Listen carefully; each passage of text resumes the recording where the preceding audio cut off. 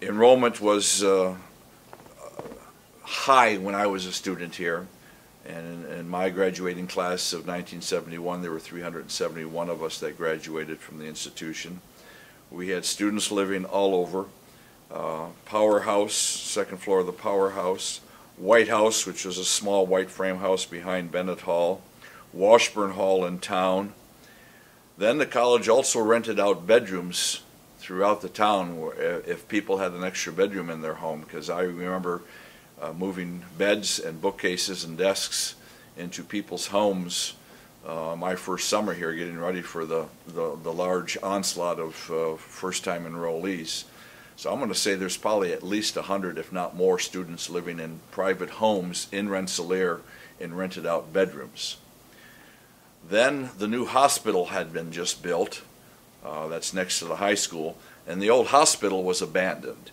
And we had kids living in the old hospital. I remember taking and putting mattresses on old hospital bed springs, and carrying desks and bookcases into old patient rooms in the hospital. I can even remember throwing a mattress onto the table in the surgery room and telling and kind of mimicking, "There's your new room, kid." But that was the way it was, and that's. But we didn't come with the way kids come now with trailers full of stuff. We were told 2 suitcases and a typewriter, and that was it. That was all you could bring, nothing more. And of course, that was the day and age before computers and whatnot.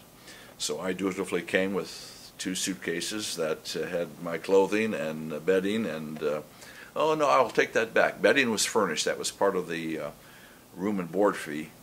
Our bedding was all washed for us. Laundry services was provided for us, as well as the meals.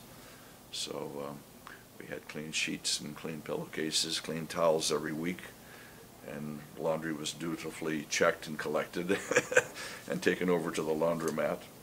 But student council was very active in securing for us, and again, if you go to the yearbooks of 66 to 70 and look in the back sections of each of them, you'll see the groups that we were able to get onto campus here. Frankie Valli. Now these were the big groups of my day.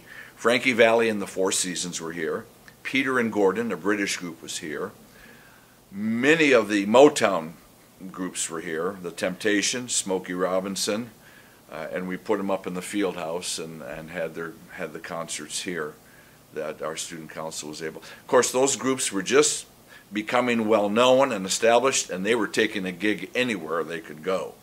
So again, if you check back in those yearbooks, you'll see all the different groups. Motown, Peter and Gordon, Frankie Valli and the Four Seasons. I can't remember any of the others. Of course, coming from Detroit, I made sure I was always present for Motown, because I grew up in early 60s and through high school with Motown in my years. That was the only singing group that or singing groups or music that I would listen to or could listen to or wanted to listen to, even though Nashville was just coming about. The California sound with the Beach Boys was just coming into vogue, but Motown was really making a name for itself in the early 60s and carried over throughout the whole 60s. Yeah, one summer I did work with the Bears too, and that was before Justin Hall was built, which was built, that basement was designed with them in mind. I'm a huge Bears fan, so I loved it. So they lived in Merlini Hall, and one summer, and of course I didn't know them. I knew of the Bears, but I was still a Lions fan at that time. But I took care of Brian Piccolo and who was the other one? Gale Sayers? Yes. I carried their duffel bags out to the field, their jock straps, their water bottles. Just young, big, strapping football players. I wasn't much into football. I didn't care who they were. Oh, it wasn't until Brian's song and when Hollywood came on campus, and then it kind of resonated with me. And whoa, Hollywood, da da da da. But they were just 2 guys going to work, practicing out on the field here. I didn't think anything about it. We just ate with the Bears, and students sat on one side of Halleck, of a cafeteria, and the Bears on the other side. they had a whole different food fare than what the students had. Their grapes were about as big as watermelons or cantaloupe. Steak real big. But that was before NFL became so filled with notoriety too. So it was just, okay, so what? It's killing you, isn't it? It is. A little bit every day. Yeah. I thought nothing of it. Okay, let's go, Gail. Let's go, Brian. I was the oldest of 8 kids, and I went to work when I was 11, 10, 12 years old to help Mom and Dad meet needs. Mom stayed at home, Dad was working, but I started working in '62 and saved up for college and saved up to help put myself through Catholic high school in Detroit, Michigan. They couldn't afford $100 of tuition a year.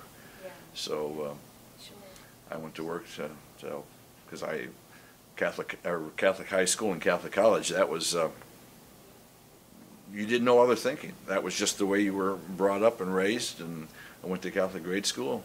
You're going to Catholic high school, you're going to Catholic college. My first master's is at a Catholic college. That was just the nature of the beast.